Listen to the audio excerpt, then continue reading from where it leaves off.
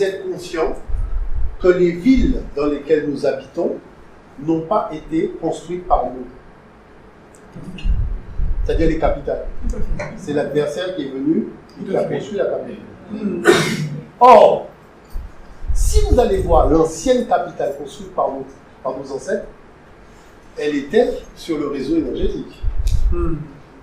Est-ce que vous comprenez l'affaire? Si vous prenez Johannesburg, vous prenez tout ça, vous verrez que ces villes-là ne sont plus alimentées en énergie parce qu'on a construit des villes là où l'énergie ne passe pas. Mais attendez, si vous construisez une ville là où l'énergie ne passe pas, vous pensez que la ville va pouvoir faire quelque chose? Donc il faut faire rentrer l'énergie dans la ville pour qu'il se passe quelque chose. Mais le gars, il n'est pas con. Parce que ces gens-là sont tombés sur un peuple noir en Europe qui a transmis les éléments de l'Égypte qui s'appellent les Étrusques.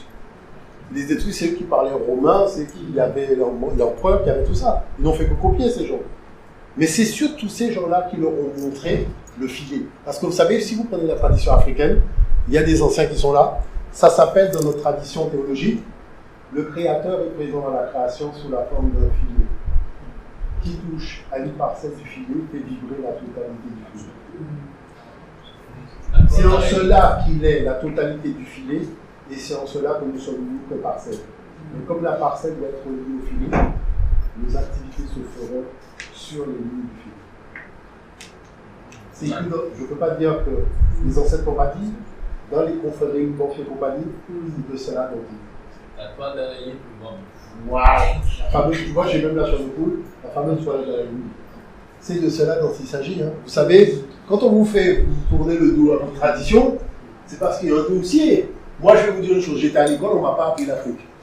On m'a même dit que l'Afrique, tu l'apprendras en terminale. Et arrivé en terminale, je suis au bac, et je me rends compte qu'on ne m'a pas appris l'Afrique.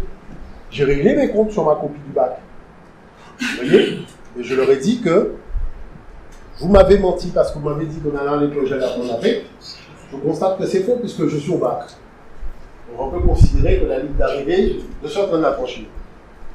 Deuxièmement, je constate que depuis le départ, vous m'avez berné. Puisque chaque fois on te disait, passe dans la classe supérieure et tu vas commencer à apprendre. Donc moi je travaille comme un malade pour passer en classe pour apprendre. Et en fait, tu n'apprends pas. Tu deviens expert de la connaissance des autres, mais ignorant de ta propre connaissance. Donc je leur ai dit en toi, je vais partir de ce pays et je ferai de mon être une bibliothèque. Et je vais revenir ici. Et on en reparlera de cette affaire. Mais quand je vais revenir, je vous garantis que vous saurez que je suis revenu. Parce que je ne le prendrai pas. Bon, déjà parce que j'aimais bien jouer au football, il fallait arrêter le football, il fallait les devoirs. Et quand tu as fait les devoirs, tu ne peux pas revenir sur le terrain puisque tout le monde est parti. Donc j'estimais que le temps que je prenais à étudier était sacré. Parce que c'était mon temps sur le football. Alors ça a fait aussi que c'est quelque chose que je n'ai pas encaissé. Mais toujours est-il que c'est ça. C'est-à-dire qu'il faut comprendre qu'en déplaçant les capitales, ils ont déplacé la présence de ces lieux de vie sur le réseau. Donc l'énergie, elle est basse. D'accord? Ce qui n'est pas leur cas. Hein. Les villes dans lesquelles ils habitent avaient été fondées par des Noirs. Les Noirs qui vivaient en France, en Espagne et compagnie. Et ces villes sont sur les réseaux. C'est pour ça que Job, quand il dit, avant il y avait des Noirs qui s'appelaient les Parisiens, qui avaient fondé Paris, sur le réseau énergétique. D'accord? Mais nous, ils ont déplacé. C'est ça le mouvement colonial par la force. Donc, l'autre petite chose rapide que je voulais dire, parce qu'il y a des choses que tu vois et qui t'interpellent.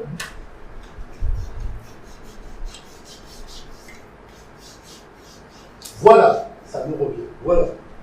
Alors, vous voyez les lieux énergétiques qu'ils appellent nodal. Donc les fameux nodal, ce sont les fameux croisements sur le filet. Donc ces fragments sur le filet fait que le filet est relié par un système électromagnétique. C'est vrai. Hein, donc je vais vous dire une chose. Pour trouver, parce que l'ancêtre, vous savez, je suis très patient, mais je ne mets jamais en doute la parole d'un aîné. Quand il dit que le Créateur est présent dans la création sous la forme d'un filet, je ne dis pas qu'il raconte n'importe quoi. Je me dis qu'il a accédé à un niveau de connaissance auquel je dois accéder pour comprendre ce qu'il dit. Parce que les petits jeunes aujourd'hui, on les embête à dire oui, mais ça raconte des bêtises, Jésus a marché sur l'eau, il a mutilé les mains. Vous savez, dernièrement, quand on a commencé à débrancher la case des poissons, le diable est venu discuter avec Jésus. Il a dit, bon, tu sais qu'il faut faire une bagage, là, parce que tout doit disparaître. Et il a dit, il y a quand même un compte que je tiens à régler avec toi. Parce que tu dis que tu es vérité. Jésus dit, mais bien sûr que je suis vérité. Je ne suis que vérité. Il dit, ah bon, d'accord. Je t'ai tenté pendant 40 jours dans le désert. Jésus dit, oui, effectivement, tu m'as tenté. Mais tu as vu que je n'ai pas marché dans ta combine. Il dit, d'accord. Mais tu dis que tu es le Père, mais tu es aussi le Fils. Donc le Fils et le Père et le Fils. En fait, le Fils c'est le Père c'est le Fils. En fait, c'est la même personne. Jésus dit, mais depuis le début, je te le dis. Donc le diable dit, bon, mais dans ce cas-là, je vais tenter le Père pendant 40 jours dans le désert. Jésus dit, mais non, tu sais très bien que tu ne peux pas tenter le Père. Il dit, ah bon, donc le Fils et le Père et le Fils, je peux tenter le Fils, pas le Père. C'est que le Fils n'est pas le Père. Jésus, tu mens. Je viens de te pécher. Hein? Si le Père et le Fils et le Père, le diable doit pouvoir tenter le Père pendant 40 jours dans le désert, non? Et dans le document qu'ils ont fait eux-mêmes, ils se sont tirés 2 balles dans le pied, parce qu'au moment où le diable dit ça à Jésus, il dit, non, c'est Dieu, mais tu ne peux pas tenter le Père. Et alors qu'il a tenté le Fils. Donc vous voyez à qui on a affaire? À une bande d'escrocs. Non, parce que il faut qu'on ait affaire. Parce que si vous voulez d'autres dossiers, je vous en sors. Parce qu'il y en a beaucoup, hein, des comme ça. Mais toujours est-il que là où je voulais en venir, c'est que vous voyez l'électromagnétisme de la planète, quand c'est devenu l'ère du Verseau, en fait, il s'est passé une chose étrange, c'est que l'énergie cosmique est montée en puissance. On vous a même parlé de vent solaire, enfin, il se passait des choses, que les gens avaient des déplacements du centre magnétique terrestre, enfin, il s'est passé beaucoup de choses que les scientifiques avaient du mal à comprendre. Mais il s'est passé une chose aussi, c'est-à-dire qu'au fur et à mesure que l'énergie cosmique augmente, comme la Terre est en orbite autour du Soleil, le noyau de la Terre est monté en fréquence énergétique. Donc comme nous sommes sur Terre, nous devons forcément monter en fréquence d'énergie. Et donc, l'ère des poissons, c'était une ère de basse fréquence. Et l'ère d'Api, du Verseau, c'est une ère de haute fréquence. Mais comme les humains sont sur Terre, ça veut dire que le colonialisme est obligé de plier bagage et trouver une planète, le double de la Terre, pour organiser son colonialisme ailleurs. Puisque la tête... Non, il faut comprendre la chose. Les gens ont déjà compris que l'énergie de l'ère du Verseau n'est plus compatible avec la vibration, le taux de vibration du colonialisme.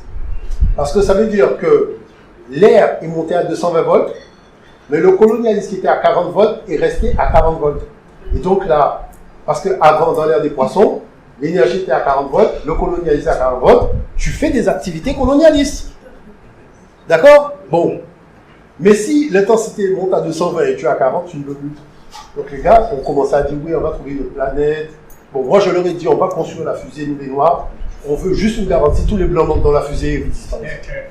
Non, je leur ai dit, ça passe. Hein. Moi, on organise le plan de la fusée, on fait tout.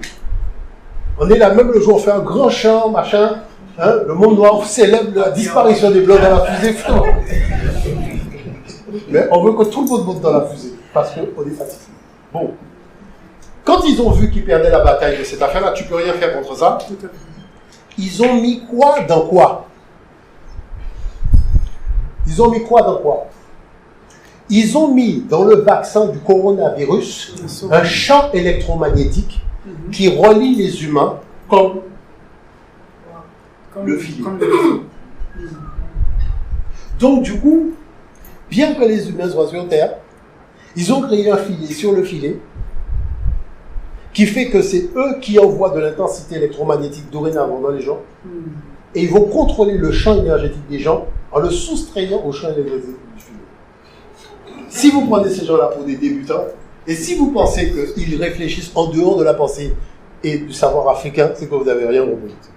Parce que je vais vous expliquer une chose. La raison pour laquelle on dit oui, Omotunde, tu dis l'Afrique au centre de tout. Je vais vous expliquer une chose. Vous avez vu ce monsieur, je lui ai dit, si tu veux brancher ton portable, tu vas où? Vous avez vu, il est venu à la prise. Je lui dis, si tu dois brancher ton ordinateur, tu vas où? Il va venir à la prise. Si tu veux brancher ta télé, tu vas où? Tu vas venir à la prise. Le problème, c'est que l'Africain a découvert la prise. Et c'est le seul qui l'a fait. Et que si tu veux que ta civilisation passion, ou ton L'Oréal parce que je le vaux bien, ou ton tout ce que tu veux fonctionne, tu es obligé de donner la prise. Donc lui, ce qu'il fait, il prend un pot de peinture blanche, il met du blanc sur la prise, et il te dit non, la prise, c'est les blancs qui l'ont fait. Puisque comme c'est blanc, c'est blanc. Et toi, tu dis, ah ouais, c'est vrai, comme c'est blanc. Ah ben, c'est les blancs qui l'ont fait, tu comprends l'affaire? Bon. Maintenant, la deuxième chose. Si tu veux allumer la lumière, tu vas où? Tu te diriges vers où? Si tu veux éteindre la lumière, tu vas où? Ah, bon. Ça veut dire que, en fait, c'est la main qui est sur l'interrupteur qui coordonne le début ou la fin de l'énergie. Ah! Pour allumer la lumière, tu es obligé d'aller vers l'interrupteur, et pour éteindre la lumière, tu es obligé d'aller vers l'interrupteur. Donc ça veut dire que l'énergie, en fait, elle est neutre. Si c'est une bonne intention qui est sur l'interrupteur, la lumière s'allume. Si c'est une mauvaise intention, la lumière s'éteint. Donc qu'est-ce qui se passe? Un Européen rentre dans cette salle. Ils sont entre Européens, il allume la lumière. Et tout le monde voit la beauté du Cameroun. Oh là là, t'as vu le champ de mine? Oh, le bois. Oh, dis donc. Mais c'est super tout ça. Mais dis donc, on va pouvoir en faire des choses. Patati patata. Et puis il dit, bon, allez, on s'en va. On est dans la lumière. Le Camerounais arrive, il dit, bon, non, il faut qu'on aille en mode people en Europe. Hein. Il n'y a rien ici, regarde. C'est normal.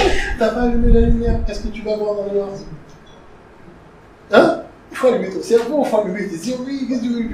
Tu verras jamais, mon cher ami. Et quel est le problème? C'est qu'on ne sait pas qu'il y a un interrupteur. Vous voyez? Donc à partir de là, le jeu peut jouer longtemps. Hein.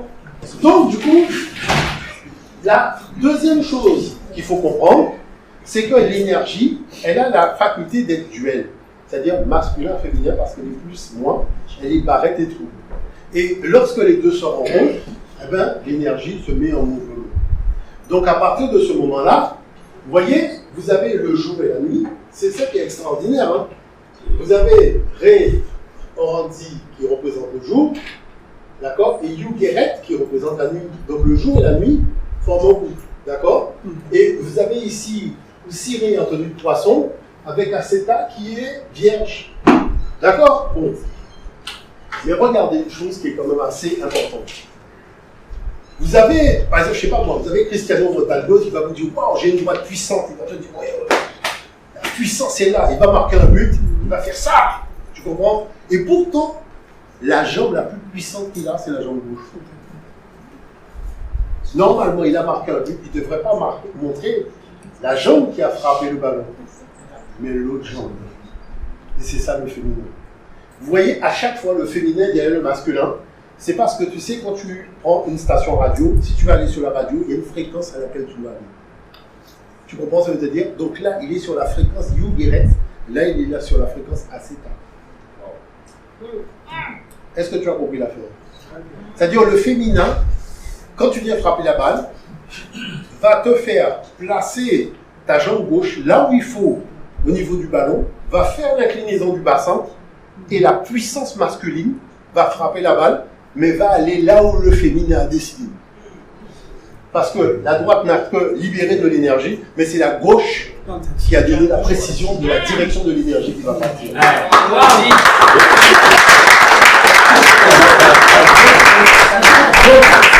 à partir du moment où on parle de couple, mais on parle d'énergie, on parle de fréquence et de précision.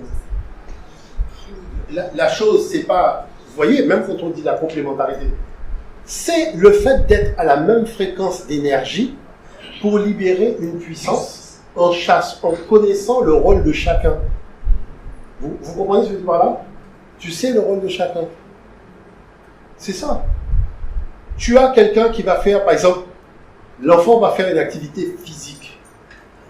La maman, quand elle lui donne le petit déjeuner le matin, c'est, vu la nature de l'activité que l'enfant va faire, qu'est-ce qu'il faut mettre dans le petit déjeuner pour que l'enfant dispose des vitamines dont il va avoir besoin pour ce sport-là. Mais si c'est de l'échec, tu ne vas pas lui donner des vitamines de mise en mouvement alors qu'il sera assis sur une chaise. Est-ce que vous comprenez ce que je dis par là? C'est ça la précision de l'énergie. Vous voyez, donc ça c'est important. Et donc, quand vous ramenez ça par exemple à la nature, il faut que vous sachiez que quand on met la graine en terre, vous voyez, la graine, elle va donner un arbre qui va monter vers le ciel. Ok, on est d'accord. Là, en l'occurrence, parce que dans les conflits initiatiques, les lois changent, la chose qui se passe, c'est que cet arbre qui monte vers le ciel et qui est une direction, c'est le masculin.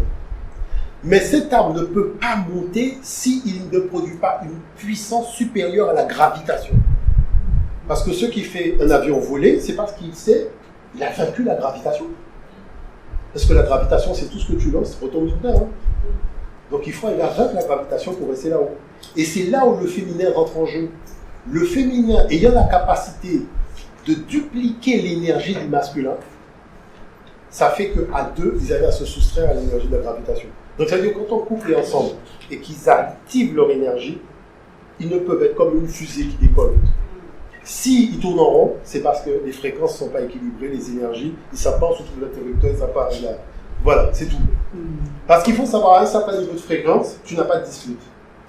Parce que les disputes, c'est des niveaux de fréquence. Et quand tu as un haut niveau de fréquence, tu n'as pas de dispute. Ce que je vous dis là, je vous dis une chose, même si vous ne comprenez pas tout, faites l'effort de ne pas oublier ce que je dis. Parce que je suis conscient peut-être que je suis trop en avance, vous voyez, mais je sais que ce que je dis, c'est les ancêtres qui m'ont envoyé vous dire ce que je dis. Et qui m'ont dit, c'est pas sûr que les gens comprennent de quoi je parle, mais je vous demande simplement, faites vos expériences dans votre cuisine, vous allez voir ce que je vous dis. Parce que je vais vous dire une chose, écoutez-moi bien.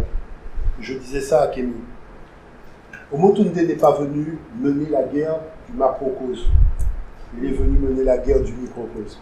Puisque nos ancêtres ont dit que le microcosme est l'équivalent du macrocosme.